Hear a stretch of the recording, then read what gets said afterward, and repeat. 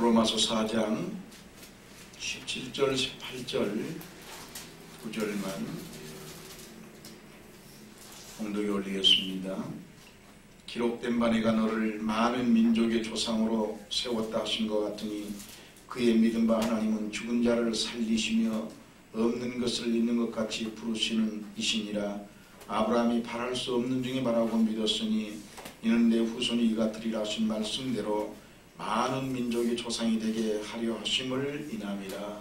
아멘. 이 시간에 저와 여러분이 믿는 하나님에 대해서 확실한 믿음을 갖게 함으로 말미암아 우리 남은 생에 이 험한 세상을 사는 데 있어서 승리할 수 있는 그런 큰 은총이 저와 여러분에게 일어나기를 주의 이름으로 축원합니다.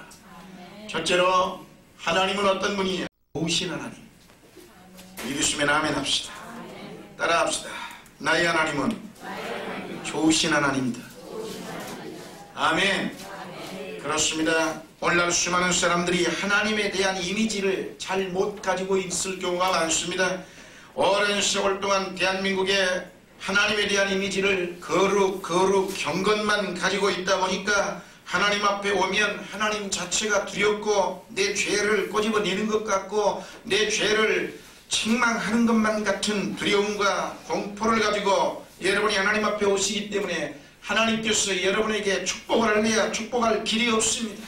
마음 상태가 벌써 하나님의 이미지를 어둡게 하고 오는데 하나님이 어떻게 저와 여러분에게 기적과 은총과 축복을 붓겠습니까? 오랜 동안 사람들은 하나님에 대한 온전한 뜻을 잘 몰랐습니다. 하나님은 준엄하고 고통을 동반해야 하는 것으로 생각했습니다. 그 때문에 하나님의 뜻대로 사는 삶이란 늘 어둡고 초라한 삶이고 가난한 삶이어야만 된다고 생각을 했습니다.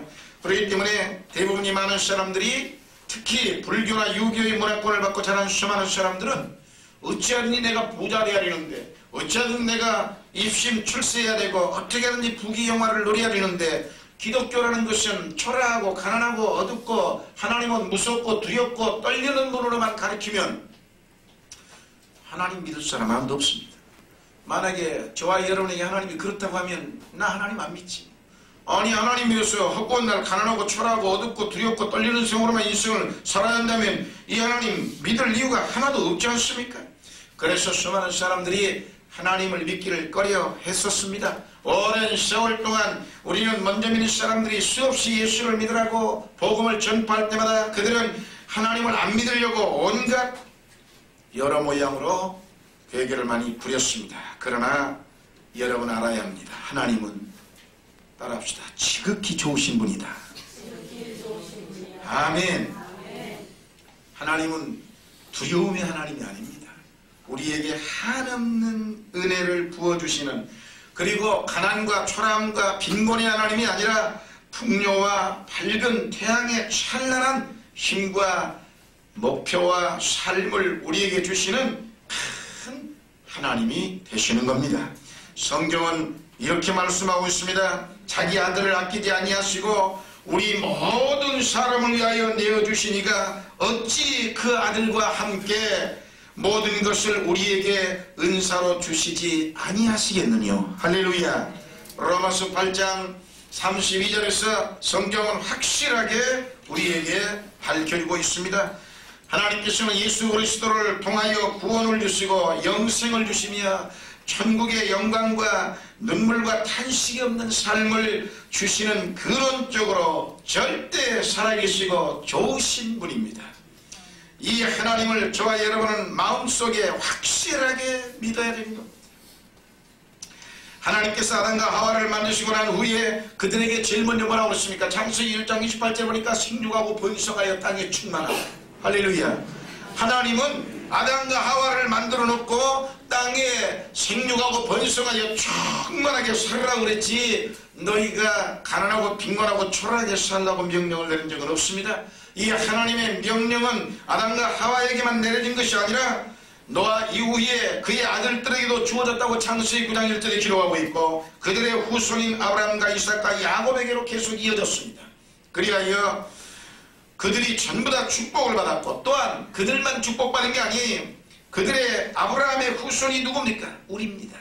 우리는 믿음으로 아브라함의 후손들인 것입니다, 여러분. 그러므로 아브라함의 후손된 자손된 저와 여러분도 오늘 이 축복을 받을 수 있는 것입니다. 갈라디아서 3장 8절에 분명히 그렇게 약속을 하고 있기 때문입니다. 그러므로 하나님께서는 문제는 하나님과 내가 얼마나 올바른 신앙의 관계에 서느냐, 이것을 하나님은 우리에게 요구하고 있는 것입니다. 하나님과의 관계가 잘 회복되면 하나님은 우리에게 번성하고 땅에 충만하여 풍요한 생활을 할 수 있도록 바라고 계신다는 것이 인간을 향한 하나님의 근본적인 계획이요 뜻임을 깨달을 수 있기를 주의 이름으로 축원합니다. 여러분, 믿음이란 어느 분이 그렇습니다. 자동차의 기아와 같다. 어떤 분이 표현을 하기를 그렇게 말했습니다. 그런데 저도 살아보니까 그 말이 참 맞는 것 같습니다. 자동차가 정말 좋은 힘을 가진, 마력수를 가진 좋은 자동차가 있는데 거기에 운전기사가 시동을 걸고 그냥 힘이 팍 있는데 앞에다가 전진기아를 탁 넣으면 붕 밟는 순간에 앞으로 쫙 나갑니다. 그렇지만 똑같은 그 자동차의 힘을 뒤에 후진기에다 넣고 밟으면 뒤로 나가버려요. 그런 겁니다. 똑같은 힘과 똑같은 원리를 다 가지고 있는데 문제는 기어를 전진으로 넣느냐 후진으로 넣느냐, 앞으로 넣느냐 뒤로 넣느냐에 따라서 그 발산하는 힘이 정반대 현상으로 나타나고 만단 말입니다. 하나님도 똑같은 겁니다.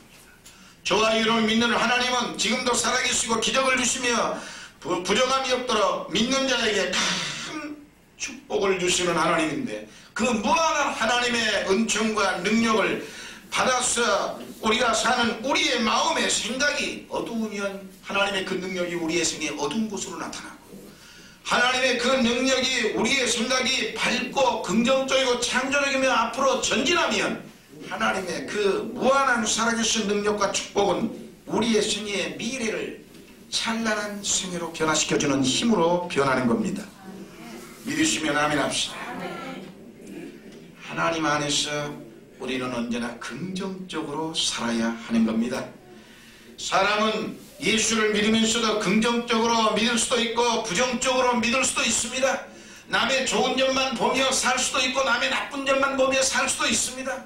똑같은 말을 해도 남의 가슴을 후벼파는 말을 하며 살고 미움받고 사는 사람이 있는가 하면 똑같은 말을 해도 남을 칭찬하며 남에게 힘을 주며 사랑과 존경받고 사는 사람이 있다 이 말입니다. 세상에 똑같이 그렇습니다. 그런데 오늘날 예수 믿는 저와 여러분 한번 생각해 보십시오. 우리의 믿음이 얼마나 좋은 믿음입니까? 하나님의 무한한 능력이 우리와 함께 하는데 우리가 그 하나님의 능력을 어둡게 믿으면 어두운 것으로 나타나고 밝게 믿으면 밝은 것으로 나타난다는 이 진리를 확실하게 여러분 깨달으시기를 주의 이름으로 축원합니다. 여러분, 예수 믿는 신앙인들에게 가장 비극적인 것이 있다면 기대감을 잃어버린 신앙입니다. 사람은 내일에 대한 기대감이 있어야 되는데 내일에 대한 미래의 꿈도 없고 목표도 없고 기대감도 없고 할 수 있다에 긍정적이고 적극적인 사고방식도 없고 오직 오늘의 절망과 좌절에 주저앉아서 현실만 바라보며 원망과 불평과 탄식하고 있는 사람들에게 하나님이 축복을 줄 이유가 없습니다. 사랑하는 성도 여러분, 바꾸십시오. 그걸 잘 가르쳐준 성경의 비유가 마태복음 15장의 탕자의 비유에 나옵니다. 아버지에게는 한 아버지에게는 두 아들이 있었는데 두 아들이, 큰 아들은 아버지 말씀대로 순종자라며 아버지를 잘 기껏하게 섬기며 일을 열심히 했습니다. 둘째 아들은 아버지 말이 듣기 싫어서 아버지 내게 죽고 나면 주실 그 재산을 먼저 주세요. 나는 이 집이 싫습니다. 나가서 내 마음대로 살겠습니다. 그리고는 그와 같이 주었습니다. 그는 가서 실컷 창녀와 함께 술로 부어라 마시라 먹고 탕진해버리고 말았습니다. 그러다가 이 아들이 아버지의 품속에 다시 회개하고 돌아오게 됐을 때 이 아들에게 엄청난 변화가 일어났습니다. 이 아버지가 잃어버린 아들을, 둘째를 찾았으니 이 아들을 위해서 좋은 옷도 입혀주고 손에 금가락지도 끼워주고 복음의 신발도 신겨주고 살찐 송아지를 잡아 죽었다 살아난 내 아들 돌아왔다고 온 동네 잔치를 벌이며 다 축복을 해줬는데 이때 큰아들은 뭐라고 한 줄 아십니까? 아버지한테 원망불평하고 있습니다. 자기 동생이 살아왔으니 얼마나 감사합니까? 그럼에도 불구하고 그는 감사는커녕 아버지, 나는 아버지 속도 썩이지도 아니하고 아버지를 위해서, 이 가정을 위해서 성실하게 충성스럽게 일한 나에게는 염소 새끼 한 마리도 주지 않더만 어찌하여 아버지 재산 다 창기와 함께 먹어버리고 돌아온 거지 같은 동생에게는 살찐 송아지를 잡아 저렇게 모든 걸 대접하느냐고 원망불평만 꽉 들어치웠습니다. 성경은 분명히 내 믿음대로 될지어다라고 마태복음 8장 13절에 말씀하고 있으니까 사고방식이 똑같은 환경 속에서 어쩌면 이렇게 다를 수 있느냐고요. 생각해 보십시오. 똑같은 아버지 밑에 있는 두 아들임에도 불구하고 하나들은 염소 새끼 한 마리 주지 않는 아버지라고 아버지를 향하여 기대감을 저버린 채 원망불평하고 있는가 하면 비록 죄짓고 재산을 탕진하고 창기와 함께 놀아버린 아들이라 할지라도 그 다른 아들은 온갖 부여를 다 소유를 했습니다. 여러분, 그 이유가 뭡니까? 아버지를 보는 눈이 전혀 다르다 이 말입니다. 창기와 함께 재산을 탕진해버린 그 아들은 나아가서 처절하게 깨닫고 내 아버지 집에 돌아갈 것이다 라고 결심하고 내 아버지 집에는 먹을 것이 많고 부요하니 내가 아버지 집에 가서 그와 같이 살리라고 기대감을 안고 회개하고 돌아오니까 그 기대한 대로 기대보다도 훨씬 더 좋은 아버지의 축복이 그 아들에게 베풀어졌습니다. 사랑하는 성도 여러분, 누구든지 하나님을 믿게 되면 마음이 긍정적으로 변화되어야 하는 겁니다. 그런데 여러분에게 그 변화가 일어나지 않는 이유는 하나님을 좋으신 하나님으로 믿는 게 아니라 두려움과 공포와 심판의 하나님으로 믿고 있기 때문에 일어나는 겁니다. 오늘 이 시간 이후로부터 여러분의 마음속에 자리 잡고 있는 하나님이 어떤 하나님인가 여러분 스스로가 곰곰이 생각하고 되돌아본 이후에 여러분의 마음속에 공포와 두려움과 심판의 하나님으로 남아있다면 오늘 이 시간 좋으신 하나님으로 바꾸시기를 주의 이름으로 축원합니다. 성경은 이렇게 말씀하고 있습니다. 너희 중에 누가 아들이 떡을 달라 하면 돌을 주며 생선을 달라 하면 뱀을 줄 사람이 있겠느냐? 너희가 악한 자라도 좋은 것으로 자식에게 줄 줄 알거든 하물며 하늘에 계신 너희 아버지께 구하는 자에게 좋은 것으로 주시지 않겠느냐? 믿습니까? 하나님은 비록 우리가 죄를 지었고 못나고 정말로 부족하지만 그래도 그 하나님을 좋으신 하나님을 믿는 사람에게는 끊임없이 모든 걸 부어주신다고 약속하고 있는 겁니다. 이 하나님을 굳건하게 믿으셔서 여러분의 마음속에 좋으신 살아계신 기적의 하나님이 자리 잡기를 주의 이름으로 축원합니다. 둘째로 우리가 믿는 하나님은 어떤 하나님입니까? 기적을 행하시는 하나님이요. 믿습니까? 하나님은 분명히 내 마음속에 기적을 행하시는 하나님이라고 확실하게 새겨져야만 합니다. 하나님을 그냥 적당하게 인간의 힘으로 내가 모든 인생을 살아가는데 하나님은 그냥 내가 죽어서 천국 가려니까 그냥 남들이 그렇게 천국 간다고 하니까만 믿어야지 이런 사고방식으로 하나님을 믿어서는 아니 되는 것입니다. 오늘 성경에 분명히 죽은 자를 살리시며 없는 것을 있는 것 같이 부르시는 하나님이라 17절에서 확실하게 말씀하고 있습니다. 저와 여러분이 세상을 살다 보니까 인간의 힘으로 할 수 있는 것도 있지만 인간의 힘으로 할 수 없는 것도 있지 않습니까? 솔직히 말해서 인간의 힘으로 할 수 없을 때 우리는 절박감을 느끼고 무능력을 느낄 때 우리는 누구에겐가 도움을 요청하는데 저와 여러분이 그 절박함에서 도와줄 수 있는 분이 하나님인 것입니다. 믿습니까? 그 하나님은 지금 살아계셔서 저와 여러분에게 기적을 베푸시는 절대 축복을 주시는 하나님임을 여러분이 믿으시기를 주의 이름으로 축원합니다. 인간에게 가장 처절한 절망을 안겨다 주는 것이 있다면 여러분 무엇일까요? 그것은 죽음입니다. 그렇죠? 대략 어떤 일을 하다가도 또 인간이 남의 도움을 얻어서라도 또 그것이 안 되는 것도 될 수도 있어요. 그런데 죽음의 문제는 인간의 힘으로는 어떤 방법도 세상에 없습니다. 여러분이 죽어가는 그 죽음을 생명으로 바꿀 수 있는 사람이 누구란 말입니까? 하나님이는 없지 않습니까? 그렇습니다. 사랑하는 성도 여러분, 오늘 바로 이 죽음의 문제에 와서 인간의 모든 절망으로 주저앉을 수밖에 없는 상황일 때 바로 이 처절한 절망에서 우리에게 새로운 기적을 주실 수 있는 분이 하나님이라는 사실을 믿을 수 있기를 주의 이름으로 축원합니다. 하나님께서는 분명히 우리의 생사화 복을 주관하시며 죽은 자를 살리시며 그의 택하신 백성을 위해 기적을 베풀어 주고 계시는 겁니다. 하나님께서는 구약시대에 엘리야를 통하여 죽은 자를 살렸고 또한 엘리사를 통하여 죽은 자를 살렸고 신약시대도 예수님은 죽은 지 나흘이 되어 썩은 냄새나는 나사로를 돌무덤으로 치고 살려내버리고 말았습니다.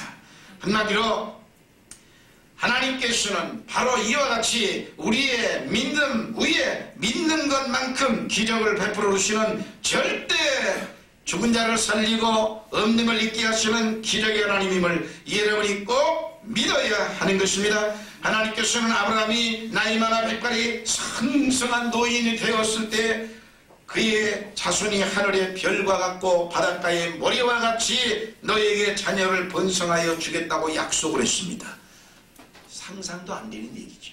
이게 가능한 일입니까? 나이가 늙어서 100세 돼가지고 여러분 경수가 다 끊어져서 인간으로 도저히 자식을 임신할 길이 없는 거예요. 이런 불가능할 때 그들은 자녀를 단 한 명도 없는 상황인데도 아이를 너무 늙어서 낳을 수도 없음에도 불구하고 정말 하나님은 그에게 내가 너희에게 후손을 주는데 자손이 바다의 모래와 같고 밤하늘의 별같이 많으라고 하는 약속을 아브라함은 믿었습니다. 할렐루야. 이야, 생각해 보세요.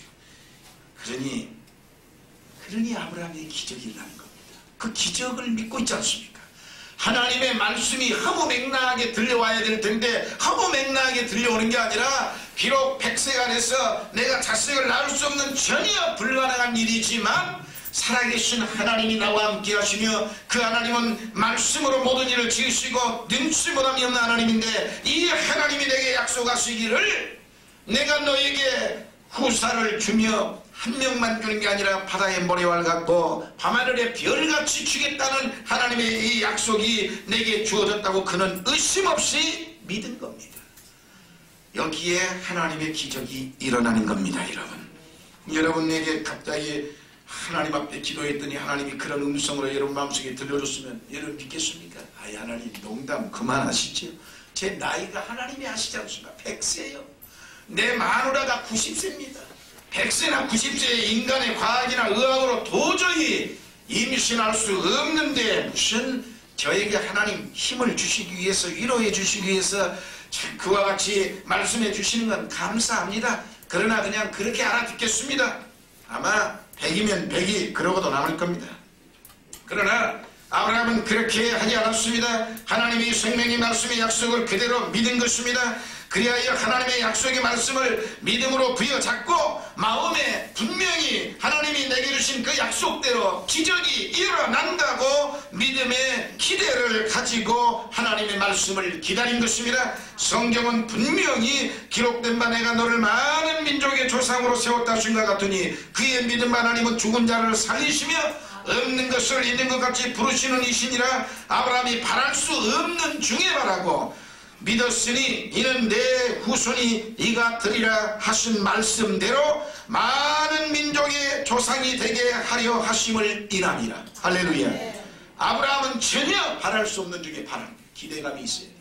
인생은 살면서 내일에 대한 기대감이 있어야 됩니다. 그리고 살아계신 하나님을 믿어야 됩니다. 그리고 그 하나님이 내게 말씀한 것이 내게 그대로 이루어질 걸 믿어야 되는 것입니다. 하나님을 믿는데 이와 같이 믿지 아니하고 여러분의 머리로 계산되고 인간의 상식으로 계산되고 현실에 나타나 눈에 보이는 것만 부여잡고 하나님을 믿되 그 상식을 벗어나지 말아라. 인간적인 사고의 틀을 벗어나지 말라고 악한 원수마귀가 저와 여러분에게 유혹하는 겁니다. 그래서 우리의 믿음을 나약하게 만들고 하나님의 기적이 임하지 못하게 가로막는 것입니다. 여러분, 그러므로 오늘 우리는 이 아브라함과 같은 신앙을 배워야 합니다. 아브라함 같은 신앙은 하나님과 동행하는 신앙입니다. 이러한 신앙생활을 하기 위해서는 우리가 분명히 해야 될 것이 있는데 하나님의 말씀을 부여잡는 믿음이 필요한 겁니다. 여러분, 하나님의 기적은 말씀에 의해서 일어나는 것이지 인간의 감정과 수단에 의해서 일어나는 게 아닙니다. 그렇기 때문에 하나님의 위대한 기적이 내게 일어나기를 원하고 살아계신 놀라운 역사가 내게 나타나서 아브라함같이 우리도 그렇게 체험하기를 원하신다면 여러분, 하나님의 말씀이 그대로 이루어질 분명한 사실임을 굳게 믿으시기를 주의 이름으로 축원합니다. 하나님께서는 인간의 생각이나 이성을 초월해서 인간이 상상할 수 없는 일을 행하시는 분입니다. 믿습니까? 하나님께서는 말씀 한마디로 천지를 지으시는 기적을 베푸신 분이고, 이스라엘 백성이 애굽으로부터 해방되어 홍해가 왔을 때 앞에는 물이 철저히 흐르고 뒤에는 애굽의 군대가 찾아올 때 앞뒤 진퇴 양난으로 도저히 어찌할 방법이 없는 죽음이 눈앞에 왔을 때 하나님은 그 자리에서 모세를 향하여 모세야, 네가 들고 있는 지팡이로 홍해를 내리치라. 그때 하나님 말씀대로 내려치니까 그 엄청난 홍해가 쫙 갈라지는 기적을 보여주신 분입니다. 저와 여러분의 생애에 오늘도 살아계셔서 우리의 삶에 이런 기적을 부어주시는 분이 이 하나님임을, 저와 여러분이 믿는 하나님임을 믿으시기를 주의 이름으로 축원합니다. 뿐만이 아닙니다. 이스라엘 백성들이 홍해를 지나서 하나님이 약속한 족과 뿌리는 가나안 땅을 들어갈 때 40여 년을 광야에서 헤매는데도 물이 없는데 하나님은 그들을 한 번도 물을 굶긴 적이 없습니다. 무리바에 바위를 칠 때에 거기에서 생수가 넘쳐나서 300만 명이 시간 먹고 남도록 하나님은 광야에서 기적을 베풀어 주셨고, 뿐만이 아니라 수많은 사람이 고기를 먹고 싶다고 할 때 메추라기를 동풍을 한번 불어가지고 300만 명이 먹고도 실컷 먹고 냄새가 나서 진리도 못 먹게끔 주었다고 성경은 기록하고 있습니다. 뿐만이 아니라 광야에서 농사를 지을 수 있습니까? 매일같이 사람은 먹어야 되는데 광야에서 농사를 지을 수 있느냐고요? 없지만 하나님께서는 그들을 한 번도 굶긴 적이 없다고 성경은 기록하고 40년 동안 매일같이 만나를 내려주셨다고 성경은 기록하고 있습니다. 한마디로 구약 성경 전체가 하나님의 기적이 기록된 내용입니다. 여러분, 신약도 마찬가지예요. 신약도 처음부터가 하나님이, 즉 예수 그리스도가 남자 없이 처녀 몸에서 성령으로 잉태했다고 기적을 말하고 있지 않습니까? 성경은 기적으로 시작해서 기적으로 끝나는 겁니다. 이 기적을 믿지 못하면 성경을 믿을 이유가 하나도 없는 거예요.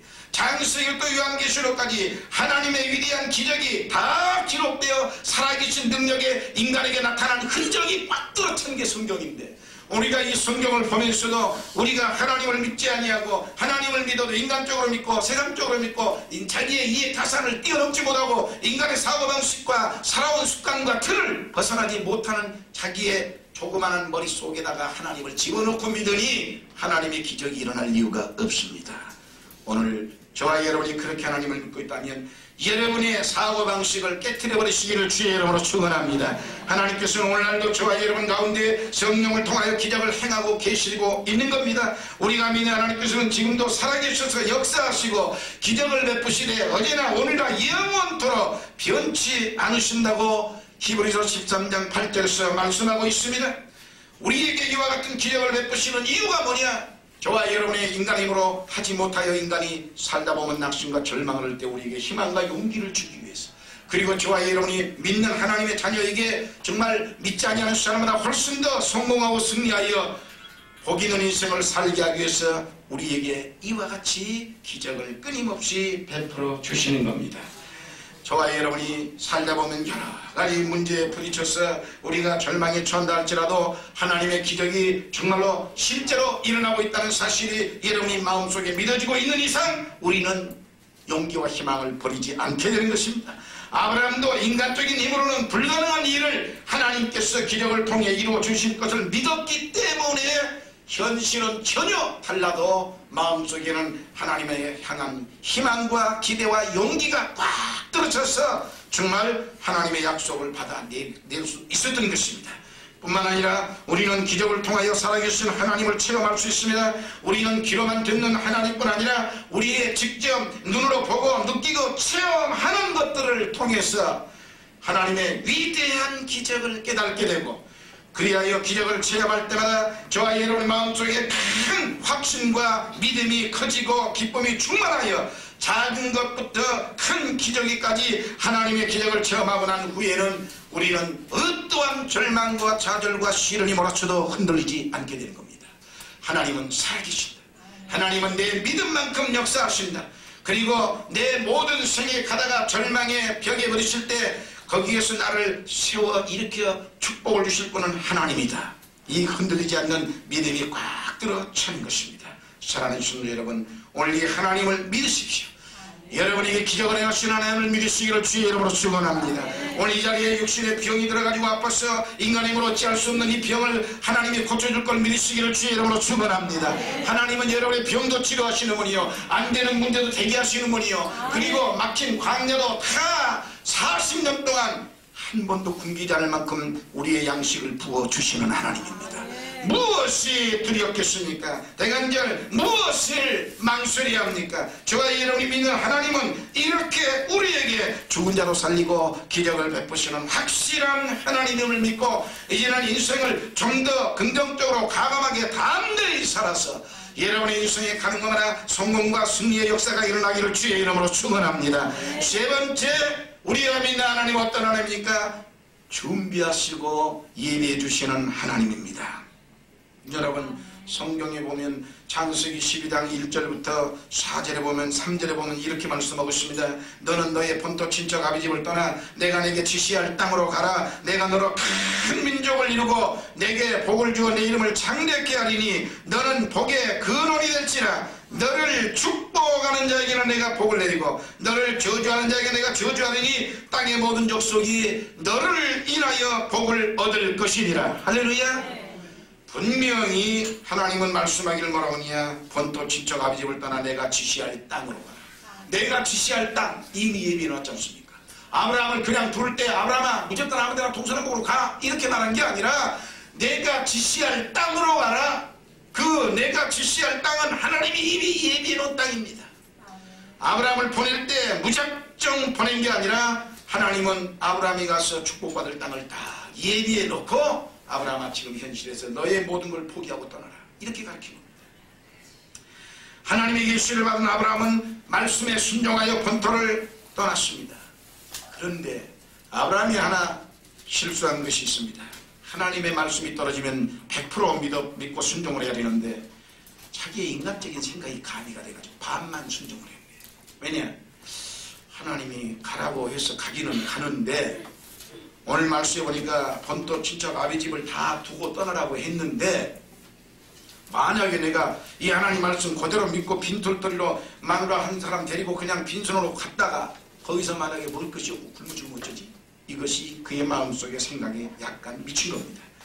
그래서 하나님 말씀에 순종을 하되 반만 순종했습니다. 창세기 12장 5절에 보면 아브라함이 그 아내 사레와 조카 롯과 하란에서 모은 모든 소유와 얻은 사람을 이끌고, 아니 다 버리고 떠나라고 그랬는데 소유물, 하란에서 얻은 재산, 그 다음에 소유물, 그 다음에 여러 사람들 조카까지 다 데리고 이끌고 가나안 땅으로 가려고 떠나서 마침내 가나안 땅에 들어갔더라. 성경이 그래요.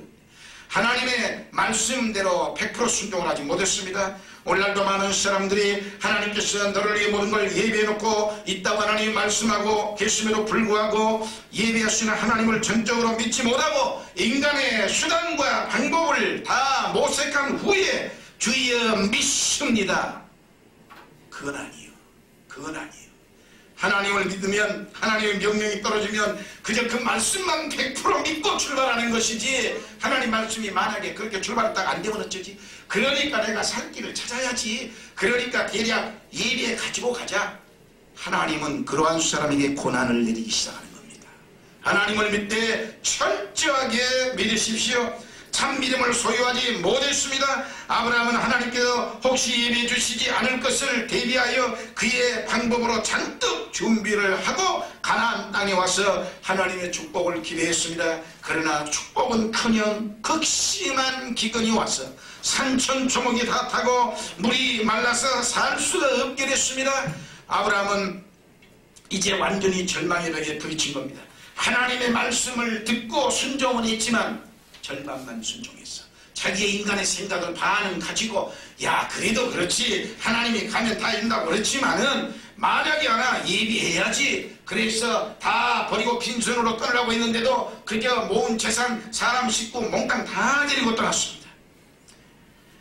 하나님께서는 아브라함을 부르시고 분명히 축복을 내려주신다고 했는데 축복은커녕 기근이 다가온 이유가 무엇일까요? 그 이유는 아브라함이 하나님을 전적으로 믿지 않았기 때문에 하나님께서는 시험을 통하여 그의 인간적인 방법을 다 깨트리시기를 원하는 겁니다. 인간의 방법과 힘으로 준비한 것을 다 깨트려야 그때야 하나님께 그는 엎드려질 거 아닙니까? 그렇습니다. 자기의 운명을 자기의 힘으로 개척하려고 하는 사고방식, 바로 이 아브라함이 절반만 하나님 앞에 순종하며 그렇게 결심을 했을 때 하나님께서는 그에게 고통을 내리기 시작했습니다. 말씀도 안 하셨는데 아내와 조카 롯을 데리고 애굽 땅으로 내려가 버렸습니다. 왜냐? 자기 인간 힘으로 살려니까. 하나님이 약속한 땅에 와봤더니 완전히 산천초목이 불타는 기근이네. 축복은 고사하고 아무것도 없어. 그러니 그냥 인간 힘으로 살려고 예배했던 것보다 더 힘드네. 안 되고 저들 다 먹여 살려야 되고 안 되니까 하나님의 약속이 없었는데 그는 애굽 땅으로 내려가 버렸어요. 하나님을 의지하는 게 아니라 인간의 수단 방법을 의지하는 것입니다. 그래서 그와 같이 애굽으로 내려갔는데 애굽으로 내려가니까 두려울 거 아닙니까? 또 혹시 누가 우리를 잡아가지 않는가? 거기에다가 더 겁이 난 것은 자기의 아내 사라의 미모가 보통 미모가 아니에요. 아주 미모거든요. 그러니까는 혹시 이 미모를 어떻게 해서 이 부인 때문에 얼굴 잘생긴 때문에 자기가 죽을까봐 이 뺏어가려고 자기 죽일 거 아닙니까? 그러니까 우리는 남편이라고 하지 말고 누이와 오빠 사이라고 하자. 아유, 이렇게 인간의 수단을 다 부리네. 하나님의 축복의 약속을 믿고 왔으면 하나님 믿습니다고 엎드릴 게 일이지, 다 내려놓을 일이지. 그러면서도 따라가면서도 계속 자기 인간의 생각을 다 가지고 있는 거예요. 인간의 수단 다 하고 있는 거예요. 하나님이 그걸 모릅니까? 환히 보고 있는데 저놈의 자식이 어찌하여 내가 축복을 주려고 하는데 저렇게 나를 100% 믿지 아니하노? 인간의 수단에 의지하노? 하나님께서는 심히 안타까운 겁니다. 결국 애굽 왕의 바로왕 때문에 그 바로왕 밑에 바로 그 귀에 들려서 야 아브라함이 그 사라가 되게 잘생겼다지 당장 데려와. 첩으로 삼아버렸네. 주의여. 결국 사라는 바로의 첩이 되었고 사라가 분명히 자기의 아내임에도 불구하고 바로왕의 첩으로 보내게 되었고 아브라함은 바로왕의 처남이 되었어. 한마디로 왕이 보내준 돈으로 생활하는 부인을 팔아먹고 그 대가로 먹고 사는 처절한 절망의 세월로 더 깊이 골짜기 빠져버리고 말았네. 생각해보세요. 하나님이 분명히 예비한 땅으로 가라고 그랬는데 분명히 갈 때는 빈손 들고 가라. 내가 책임을 져주마. 그랬는데 인간의 수단 다 가지고 그래도 하나님 말씀이라는 게 눈에 보이냐? 안 보이는데 그래도 그냥 준비해서 가자. 그래가지고 결국 왔더니 처절하게 자기의 부인까지 팔아먹어가는 비참한 절망의 고통을 겪어야만 했습니다. 여러분, 이러한 절망의 벽에 부딪힌 아브라함의 변화가 일어났을까요? 안 일어났을까요? 일어났습니다. 그런 인간의 수단 방법이 이렇게 처참하게 잘못돼가는 거구나. 처절하게 하나님 앞에 엎드리고 그는 회개하고 깨우쳤습니다.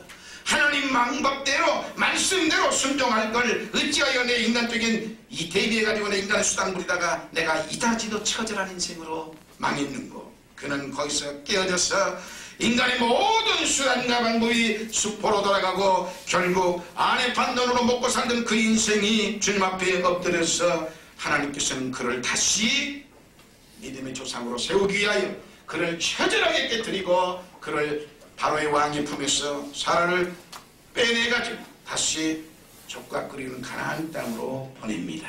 사랑하는 성도 여러분, 아브라함은 믿음의 조상으로 하나님이 결국 이 고난을 겪고 난 이후에 철저하게 하나님을 섬기는 믿음의 삶으로 돼서 변화가 일어난 것입니다.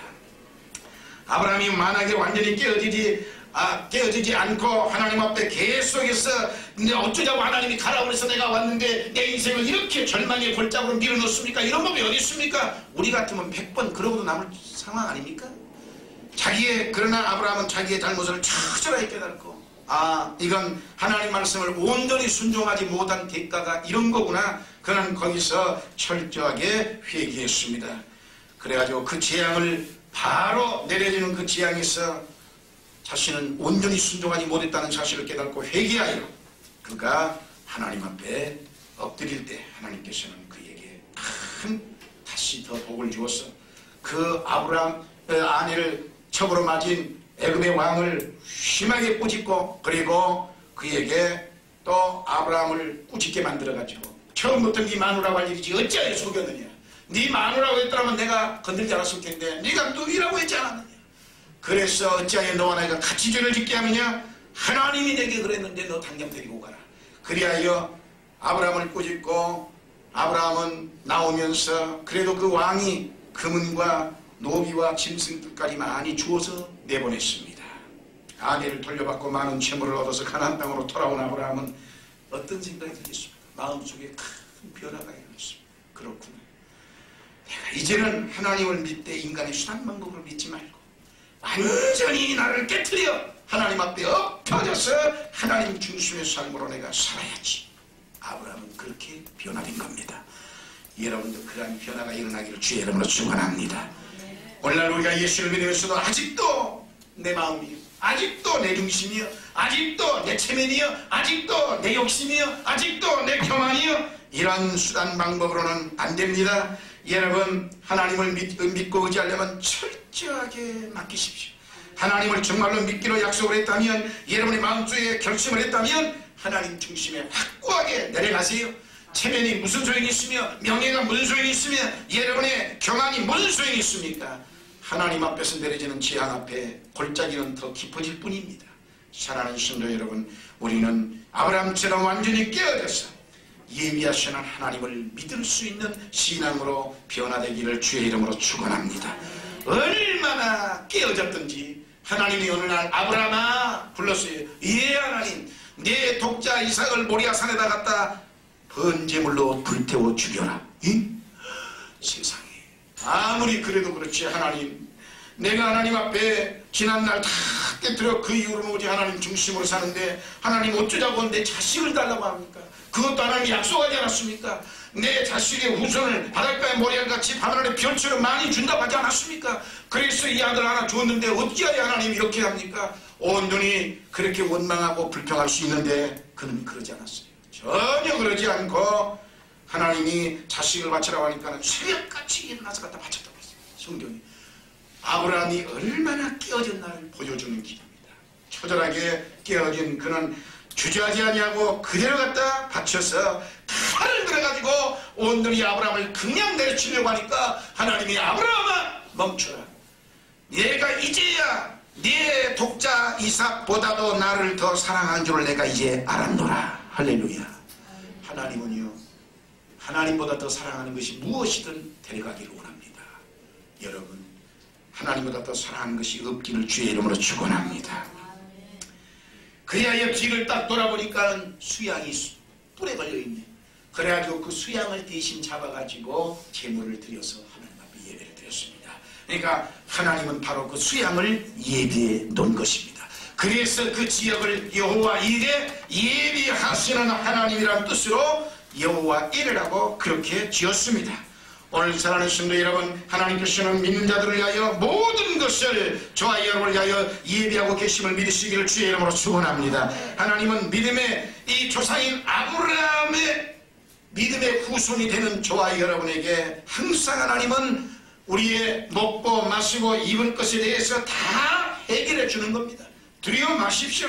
이제는 하나님께서는 우리의 미래까지 책임져 주시고 우리의 영원한 천국까지 예비해 놓으신 분입니다. 그러면 문제는 내가 깨어지느냐 못 깨어지느냐에 달려있는 겁니다.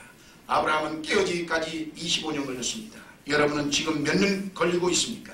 여러분이 예수 믿는 세월이 지금 몇 년 있습니까? 그런데도 불구하고 지금도 계속해서 하나님 중심보다는 인간의 중심이고 인간의 뜻이고 인간의 욕심이고 인간의 교만입니까? 그리고 인간의 체면입니까? 아직 멀었습니까? 여러분 다 하나님 앞에 깨어져서 두 손 다 들고 천부 여기 없어 손 들고 왔습니다 하고 여러분이 본성이 깨어지기를 하나님은 지금도 원하고 있는 것입니다.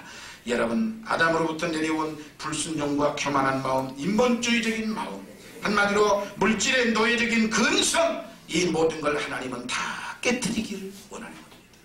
지금 시련과 고난과 고통을 겪는다면 하나님 앞에 우리는 마치 죽은 자를 방불한 것 같이 우리의 자아를 완전히 깨뜨려서 하나님께서 우리에게 물 붓듯이 축복을 부을 수 있는 그릇들이 다 되시기를 주의 이름으로 축원합니다. 여러분, 우리가 뭔가를 하다가 안 되고 막히고 점점 안 됩니까? 그때야말로 하나님은 우리에게 두 가지를 요구하시는데 하나님 깨어지기를 원하고 하나님 축복을 부어주기를 원합니다. 왜냐? 우리가 하다가 뭔가 안 되면 사람은 그때 깨어져야 되는데 엎드려져야 되는데 안 엎드려지고 인간의 수단 방법 부린단 말입니다. 그렇기 때문에 하나님이 축복을 가지고 왔는데 안 깨어지니까 부지를 않고 돌아서 그러므로 홍수와 함께 하나님 복을 가져오는 겁니다. 그래서 성경에는 이 하나님께서 홍수 위에 자영한다고 그랬습니다. 그러니까 사람에게 시련과 고난이 올 때는 빨리 자기를 철저하게 하나 뺏겨뜨리면 하나님이 바로 그때 축복을 부어줄로 가지고 오는 겁니다. 그러므로 오늘 저와 여러분에게 어떤 여러가지 모든 시련과 고난과 문제가 있으면 하나님께서 지금 나에게 축복을 부어주려고 이 과정을 겪게 하시는구나 라고 깨달을 수 있기를 주의 이름으로 축원합니다. 예수님 보십시오. 여러분, 예수님이 하나님의 아들임에도 불구하고 정말로 처절하게 버림받았습니다. 나의 하나님 어찌하여 나를 버리셨나이까. 하나님 앞에 처절하게 자기가 죽어가는 그 십자가의 큰 고통을 겪고 난 이후에 하나님께서는 예수님에게 뭘 허락하신 줄 아십니까? 따라합시다. 부활을 허락하셨다. 십자가에서 처절하게 죽으니까 부활의 영광을 얻게 되는 겁니다.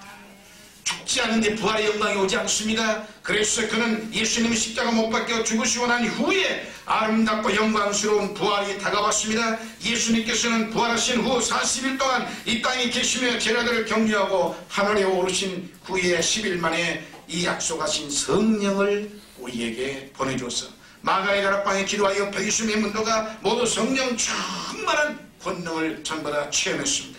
그리고 그들은 그 성령을 받아가지고 나가서 땅끝까지 그리스도의 복음을 열심히 증거한 결과 오늘날 전 세계가 이와 같이 그리스도의 복음의 국가로 변해가고 있는 것입니다. 사랑하는 성도 여러분, 저와 여러분도 마찬가지로 하나님의 믿음대로 살려고 할 때 죽은 자와 방불하게 되는 체험을 하고 난 다음에야 부활의 영광이 오는 것처럼 모든 축복을 소유하는 것처럼 우리도 이왕 예수 믿는 것 철저하게 우리의 자신 하나님 앞에 엎드리십시오. 그래야 저와 여러분 안 되는 사업도 다시 되는 부활의 영광으로 살아납니다. 사업도 번영되고 죽은 몸도 다시 치료받고 살아나고 여러분의 생애에 새로운 역사와 기적이 일어나는 겁니다. 우리 믿는 하나님은 반드시 예비하시는 하나님이고 죽은 자를 살리시는 하나님이고 저와 여러분에게 한없는 푸른 주랑 쉴만한 물가의 성의로 모든 걸 좋은 대로 이끌어주시는 좋으신 하나님임을 여러분 마음속에 꼭 깨달으셔서 이 하나님을 잘 믿어 하나님 안에서 여러분의 생애가 하늘의 축복을 받으시기를 주의 이름으로 축원합니다. 그대로 눈을 감으시고 몸이 아파서 오시면 있으면 일어서십시오. 그리고 문제 있는 분은 일어서 가슴에 손을 얹으시고 또한 아프신 분은 아픈 거에 손을 얹으십시오. 하나님은 지금도 저와 여러분의 문제를 해결하시고 병을 치료하시기를 원하시는 겁니다. 제가 여러분을 위해 기도하겠습니다. 사랑문의가 많으신 아버지요, 오늘 이 시간 주님의 말씀을 믿고 이제 일어섰나이다.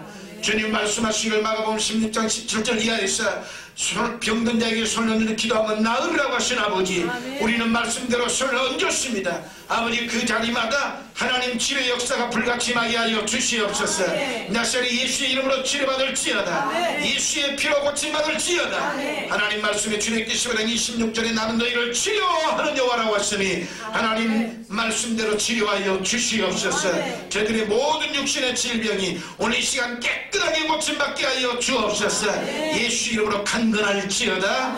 아버지, 문제가 있어 손을 얹었습니다. 가슴에 손을 얹었습니다. 저들의 질환 문제, 가정의 문제, 자녀의 문제, 남편의 문제, 아버지 사업의 문제, 내 인간은 어찌할 수 없는 여러 가지 모든 문제마다 오늘 이 시간 주님의 말씀과 능력으로 깨끗하게 해결하여 주옵소서.